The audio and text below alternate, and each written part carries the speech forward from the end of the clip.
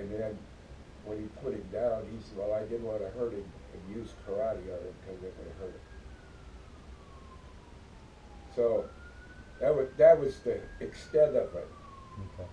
And so when they first started, they showed you how that I was watching the stuff they did. It looked very interesting, but it wasn't logical to me because any street fighter could beat the hell out of him.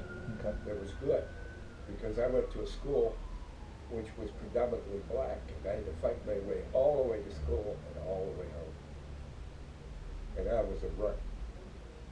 And then I would get to the porch, about 3 blocks away, and my mom would come up, slap me, said, just like your brothers fighting with other kids. And I was just given the main stage for on the porch, you know? Yeah. And she'd be seeing me hit them. Not all of them, and me all the way back. So that's how I grew up. So I could tell a terrible person like this. So he had a brother there.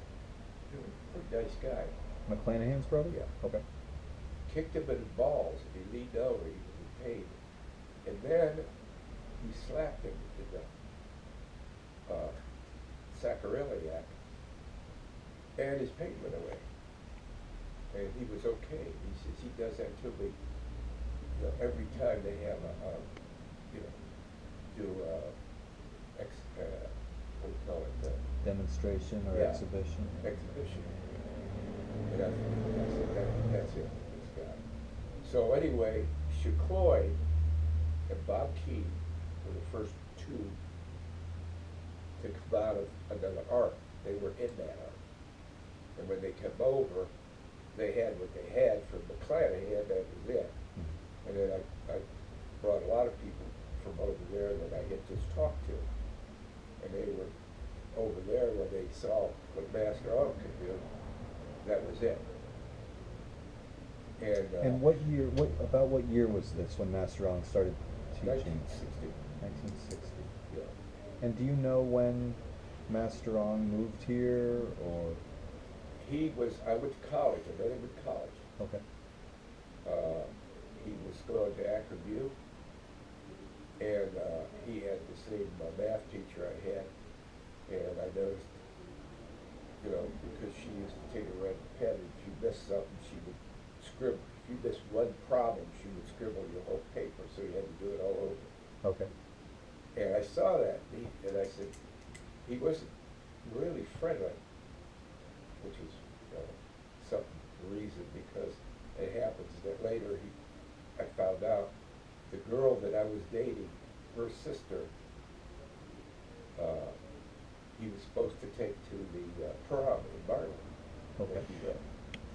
And I didn't know who he was, but he had such potency.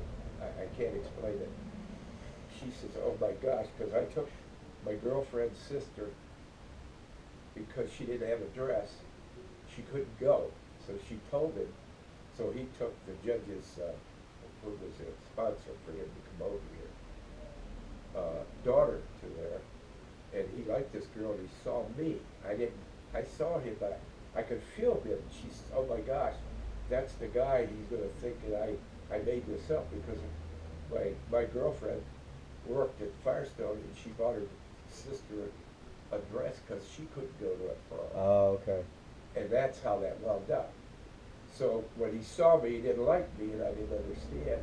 And in a few minutes after talking to him, we were laughing and talking about my instructor, and we went around together for the next 3.5, 4 years. And then his godfather owned a what do you call it, laundry in Barberton, and he was about 85 years old. And I went to check and see on Phoeman, and he said, Phoeman, don't hear no more. He didn't like people that were Caucasian. He says, he go back to Orient, never come back. Don't come back. Yeah. So he didn't want to be around. So I thought he was gone forever. 1 year later, he comes back, finds me, And he is in the shape of a man I never saw in my life. I could not pinch his skin. No, it was that tight. And he had trained there hard and had gone there and run all these matches and came here and retired from the art, Gibbons, and was here working 2 jobs. Had a family, married a woman from over there that was very wealthy. He could stay there the rest of his life and been healthy and wealthy. He wanted to come here, and he wanted to be here. Glad he came. And when he came here, he stayed and he became a citizen. And he was brilliant, beyond brilliant. And he was raised in a temple, not a school. Did he also work as some, was he in law Bailiff. enforcement? Bailiff. Bailiff. Yeah.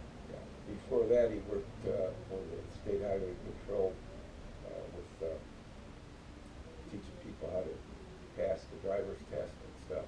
And then he got into as a bailiff. And there was a story in Barberton about him. You can look it up in the Beacon. This guy, they use the, what do they call it, eminent domain, where they could come through and take your house.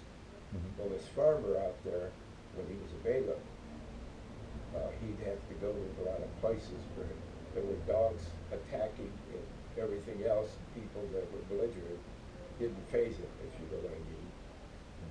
And this guy said he didn't want his home to be taken over by this, taken over your house and stuff. And he said that he is going to, if he doesn't keep his home, he went to court, Barclay. He said everybody will pay. Well, my instructor knew what he meant. He was there with 2 twist cap dynamites, all his jewelry on him. Was going to kill everybody in the area. There was a table like this. And when he found out that they were going to take his phone, and that was the judge that brought Master out here, sponsored him. And there were policemen there, and they knew who he was because he had taken care of a lot of people that they couldn't take care of. And he leaped over that far, and when he landed, he had a nerve on this guy where he couldn't twist. He had enough dynamite to blow the top of that place, courthouse in Barberton. And the policeman come up, stupid as they were at the time, says, "Oh, you must be getting slow. We almost made it out the door." No, which was not too cool. But anyway, there was a guy that killed 2 policemen, and one of them lived still in the wheelchair. And they were a couple of guys that were out of the service that were highly trained when these policemen stopped them on East Avenue. And so when the 2 guys went to court, the 2 guys were able to take the policeman down, all 3 of them, and then run over one guy. They were really, really bad dudes. And he was a bailiff, so he unstaffed his gun so the guy would grab it so he could, because he didn't like it. And the other guy was said that he did it. He didn't do it. And this guy got mad. He got up. Master Earl just went like this. And he said, you hit me. He said, "You mother, if I hit you, you don't come back." And he wouldn't have.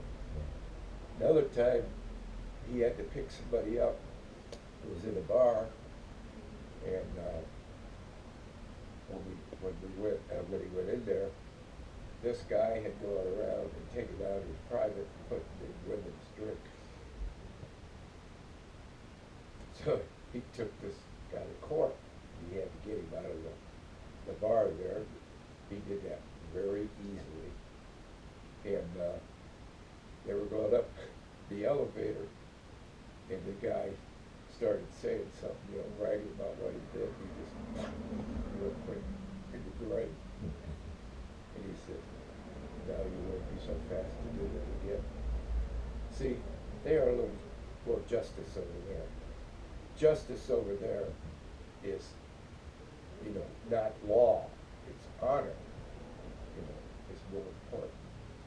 And you know, the things that he did for Shaolin, the people that would get robbed, and he would volunteer, especially the elderly, go down and on a special day to get different kinds of chicken and fish, and then when they would leave, these bandits would beat them up and take their goods and their money.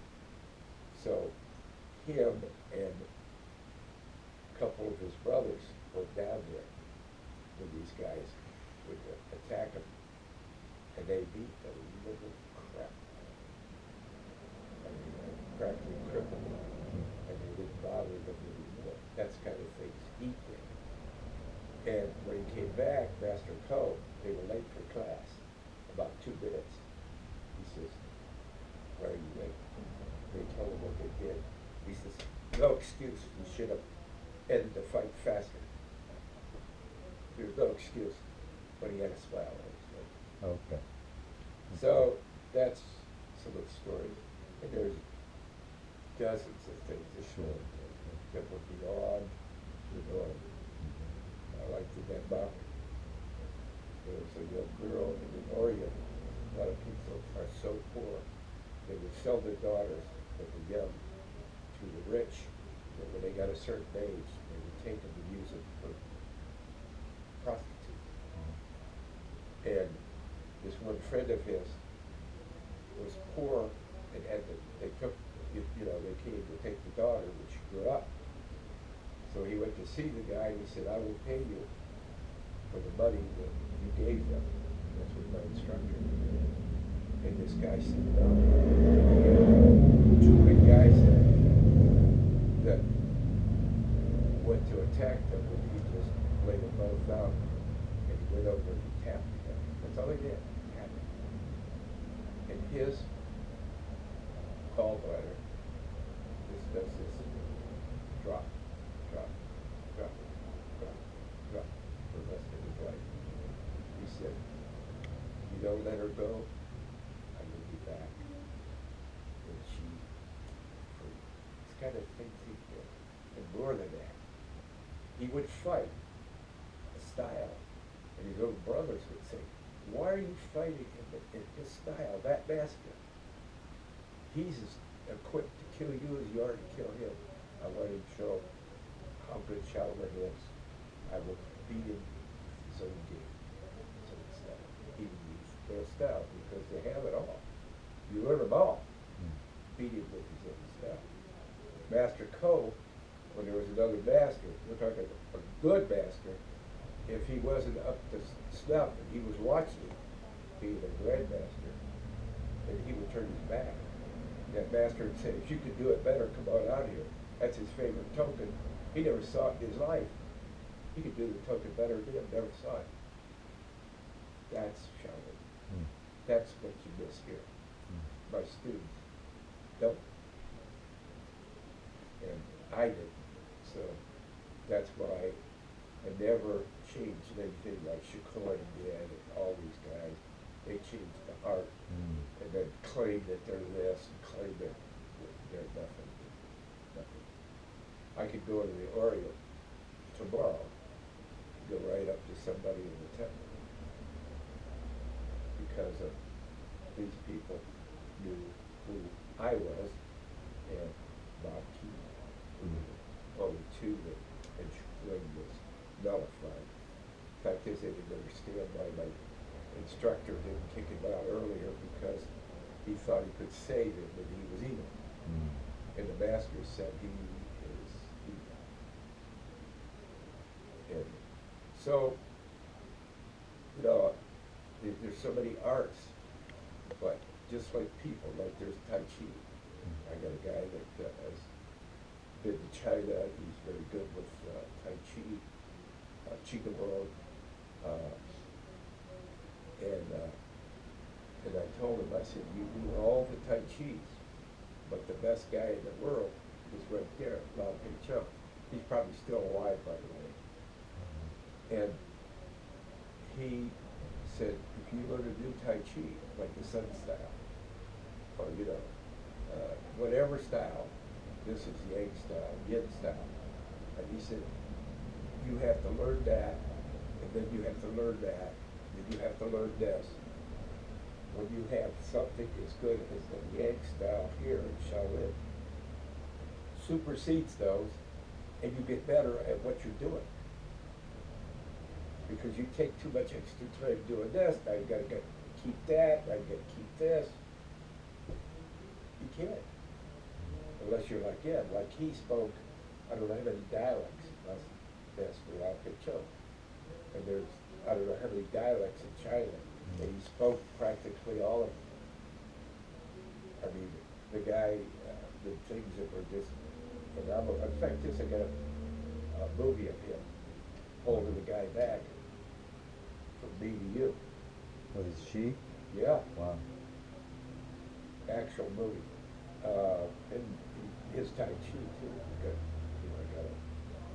Got that on movie. But the only time anybody ever saw him before in the last couple of years, except for the last couple of years, was the guy you went to see, George. Mm-hmm.